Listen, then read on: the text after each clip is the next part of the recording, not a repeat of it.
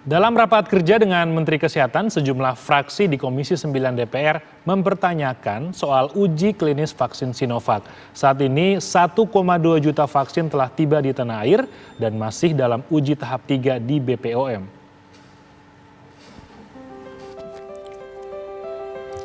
Yang terhormat Menteri Kesehatan Terawan Agus Putranto hadir dalam rapat kerja dengan Komisi 9 DPR RI kemarin membahas mengenai 6 vaksin anti COVID-19. Pemulihan Ekonomi Nasional. Apakah ini sudah pernah diuji cobakan atau disuntikkan di negara lain? Ini jenis ini loh, vaksin ini. Misalnya katakanlah di Cina. Sudah pernah nggak orang Cina pakai ini? Jangan di kita, mereka dagang ke kita, disuntikan ke kita. Itu sama dengan jual sepatu. Mereka nggak pakai, tapi kita dipakaikan di sini. Ini bukan sepatu, ini nyawa. Ya kan? Sudah pernah nggak dipakai di Brasil? Tadi Pak Nur Yasin menyebut dari Kompas lagi sumbernya Brasil sudah nolak resmi Sinovac.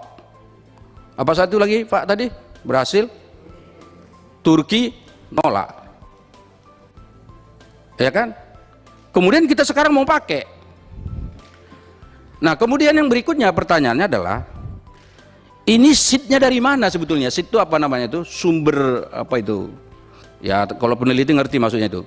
Sumber vaksin itu apa, asalnya dari mana ini dibuat? Apakah orang Cina atau vaksin yang apa, virus yang ada di Cina dilemahkan, atau virus yang ada di Indonesia sudah ketemu di Bandung terus dibawa ke Cina diproduksi jadi vaksin?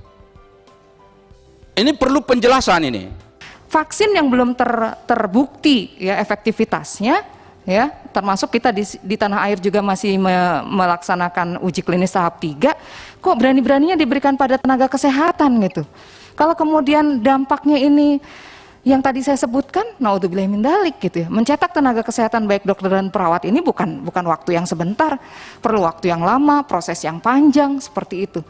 Sehingga hal-hal seperti ini seharusnya bisa dijelaskan oleh pemerintah, begitu ya.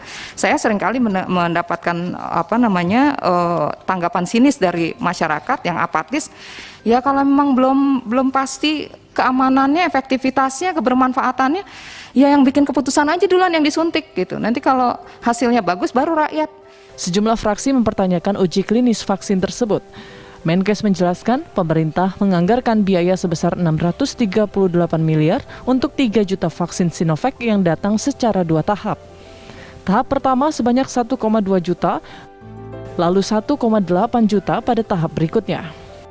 3 juta dosis vaksin tahap awal berdasarkan tahapan ketersediaan telah tiba di Indonesia pada tanggal 6 Desember 2020 sebanyak 1,2 juta dosis.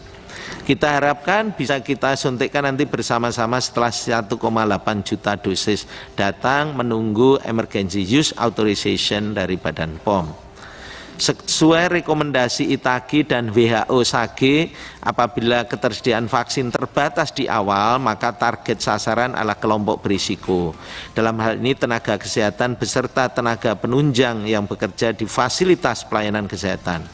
Untuk itu akan dilakukan secara detail seperti rencana pelaksanaan di tabel di atas.